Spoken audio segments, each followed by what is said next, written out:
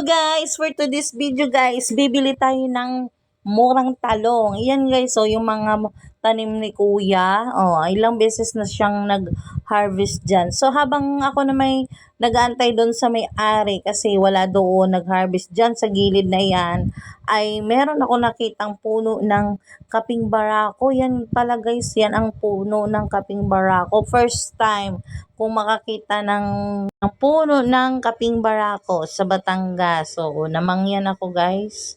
Namangyan ako din eh. So, yan na nga guys. Ang isang kilo nito ay 20 pesos. O, di ba? Fresh na fresh from the farm. So guys, dito sa ilalim ng puno, sila nagtitinda sa malaking puno ng manggang ito guys. Ay, ilang century tuna na kaya ito guys.